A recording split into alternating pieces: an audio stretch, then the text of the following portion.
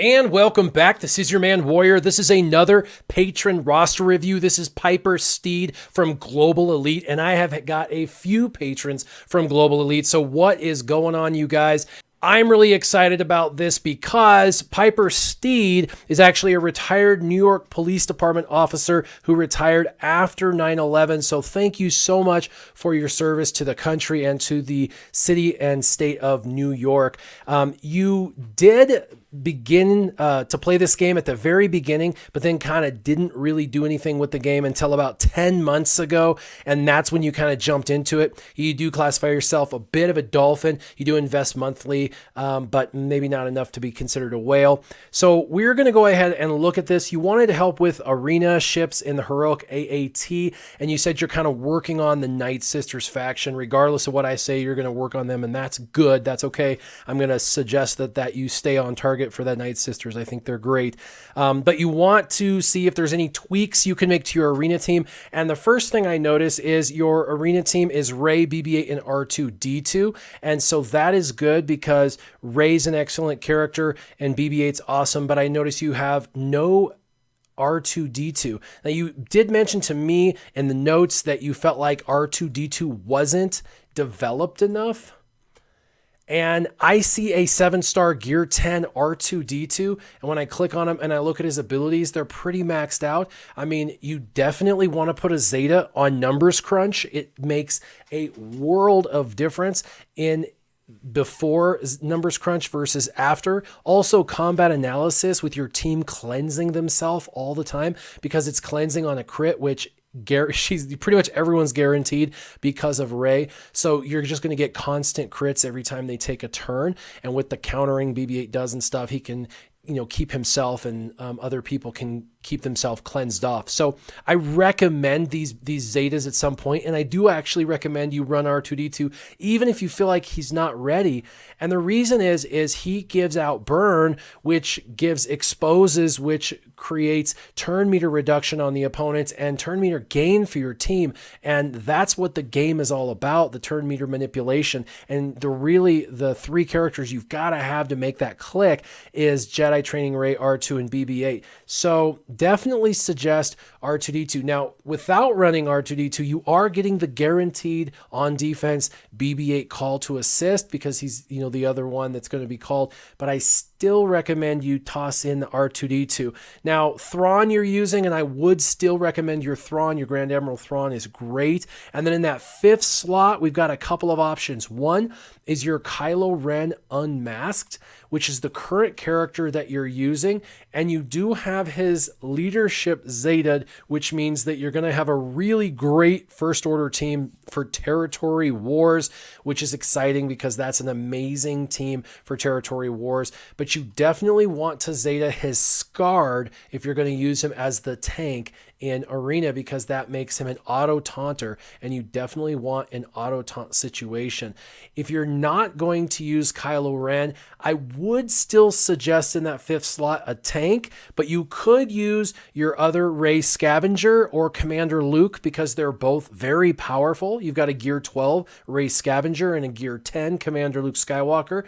And both of those characters do a ton of damage. Rey's hard to hit. Commander Luke regenerates health and protection. Both do a ton of damage. And you could go all offense. My fear is that you really want to go into and stay in the top 20. And to do that, you really need a tank, a good tank. So Old Ben is probably going to be your best bet. Now, if you're going to use Old Ben, you do want to finish him off and you want to make him fast, at least to speed 200 if possible. And you want to Zeta the Devoted Protector, because if they have a Thrawn, and more than likely they do, he is going to fracture your Old Ben, and your Old Ben is going to taunt even through fracture, just like buff immunity as well, because the buff immunity is going to swipe off and then it's going to reapply. So I would highly recommend Devoted Protector and Old Ben as a tank. It's going to not provide a lot of benefit on the offense, except for the ability block and offense down. But on defense, it is going to be a better holding team than a no tank team. Now, you are, like I said, using Kylo Ren unmasked, but the last time I looked in here, you were actually using the other Rey. So you are mixing up that fifth slot. I would just continue to play around and see which one holds the best and then just develop it out. Old Ben, though, is a phenomenal tank and one of your best.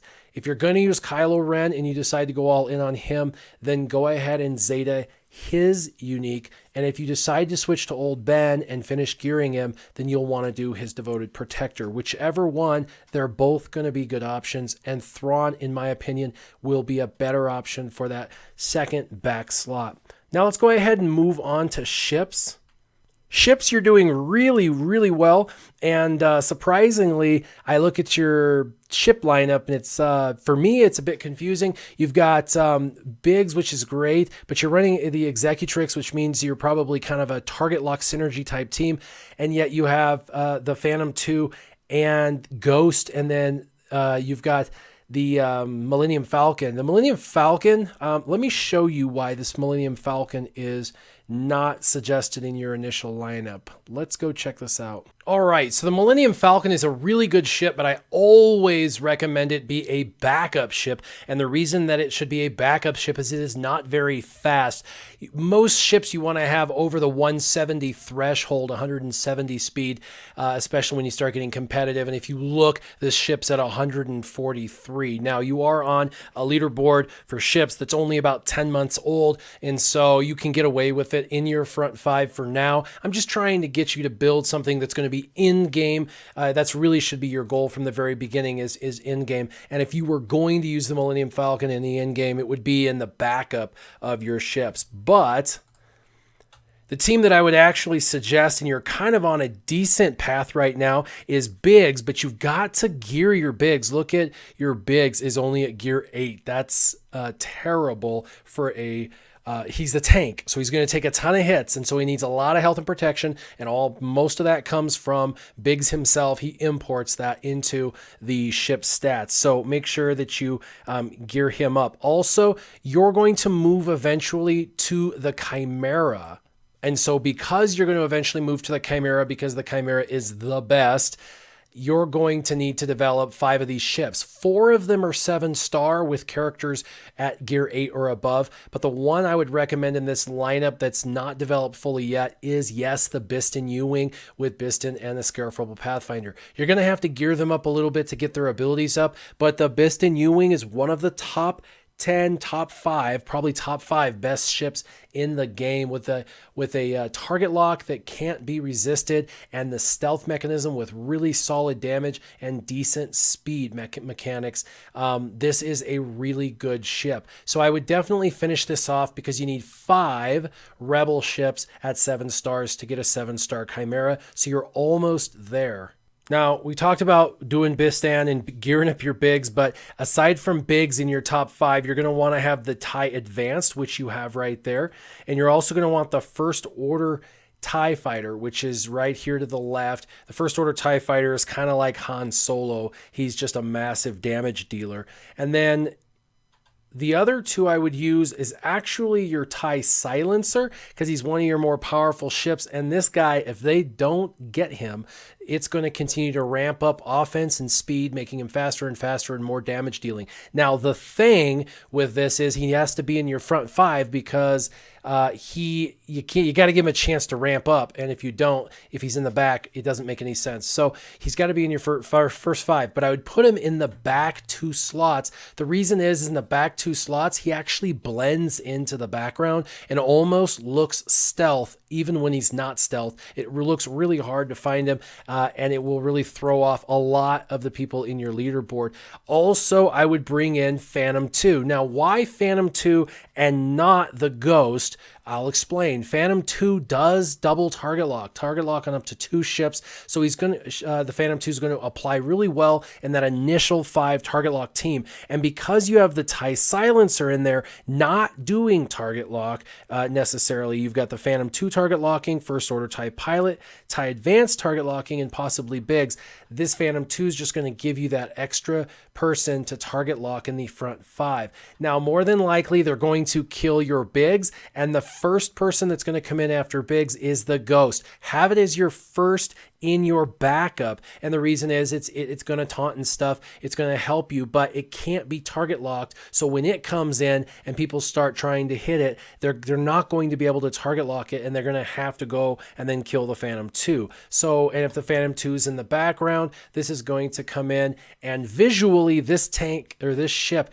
takes a lot of space on the map. It does still make it a little bit hard for people to target things in the back when this thing is in the front. So, but have it in your first of your back lineup.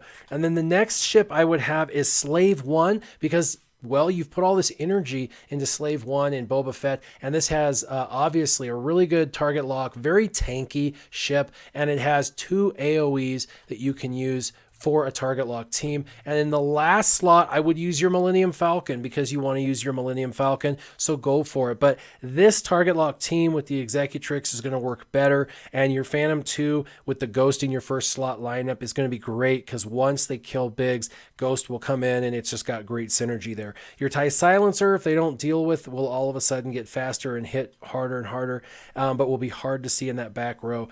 Your First Order TIE Pilot is going to be a massive damage dealer, and the TIE Advanced is really there just to paint the target lock on all of the opponents. So continue to develop all of your pilots that pilot these ships. Of course, that's a lot of pilots. And then, of course, continue to develop the ship's abilities and their star rate and the actual level rate of all your ships that aren't at the level you need them. So all in all, though, your ships, you're doing really well. When we take a look at ships, we can see with the Executrix and the current build that you have, that you're doing very well, top 20 probably every day. And truth be told, with the lineup I've given you, you'll be able to get even higher. So I'm really excited to see where you end up going to with this. Now, you did mention that's your farming Night Sisters, and I don't have a problem with it. I think if this is what you want to set your sights on, then go for it. Excellent team for Arena, excellent team for Dark Side Territory battles, great team for Territory Wars, both offensively and defensively, and it's an excellent team to focus on. Yes, the Spirit and Zombie are going to be hard to get up. In the Zombie, you want to have 3 stars, gear 4 like you have or whatever. That's fine. Zombie's fine. But you definitely want to finish out Old Daka, Asajj Ventress, and then you want to gear up Mother Talzin as high as you possibly can. The end game Night Sisters team for defense is probably bringing in General Kenobi and have General Kenobi and the Zombie in the background, or Barasafi and the Zombie in the background, and then Mother Talzin, Ventress, and Daka in the front. Now, you are limited a little bit, of course, but you know this. With your star level, it prevents you from using them in certain areas of the game. That's all right. Eventually, you will get the rest of your Night Sisters up, and Mother Talzin will be one of those characters. I'm hoping that they at least allow us to purchase her shards in the store, specifically in the shipments. I'm thinking that might eventually happen here sometime in the future. And if it does, you're definitely going to want to go on that. Now, you also wanted to talk about the phase 2 of the heroic AAT and phase 3 and 4. So we're talking about heroic AAT. What teams should you work on? Both teams are actually going to come out of Resistance. You're going to have a Resistance team and a Resistance hybrid team. The Resistance team should very easily be able to do 10 million in phase 2, and that is going to consist of your Poe, your Finn, of course, Finn lead Poe, your Resistance pilot and trooper, and your Scavenger Ray. So you're going to use all of your Resistance, which means your Resistance pilot and trooper need a lot of love, okay? You're going to have to put a lot of love into them, and Poe Dameron still needs some love as well. But your other team for phase 3 and 4, which will eventually be able to clear all of 3 and all of 4 once you have it completely built out and do over 30 million in damage, is going to be your Jedi Training Ray, of course, BB-8, and your R2-D2. And all of those are 7 stars, so you're good.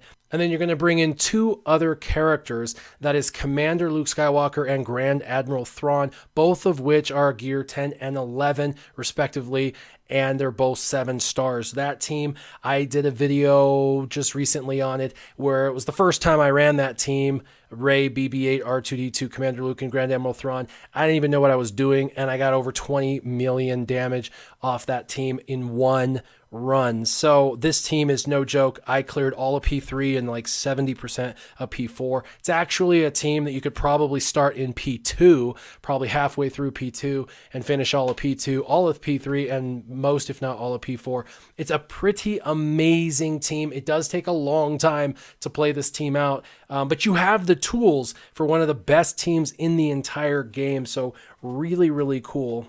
So Piper, Steed, thank you again for everything you did for our country. I'm glad that you got a chance to retire after 9/11. It looks like you're having a little bit of fun at Star Wars Galaxy of Heroes. You're running some fun and unique compositions. Kylo Ren Unmasked is great in Arena, but you could mix that up and put Old Ben, CLS, Rey Scavenger, someone else in that 5th slot. But I think a tank is really the direction you want to go because your Imperial Probe Droid is in fact too low. As far as ships, get your Bistan up, because you got to get that for the Chimera, and gear your characters, especially your pilots like Biggs. You want to get him up because the better he is, the better the ship is going to be. And then just do those few switches in your lineup and you should do fine.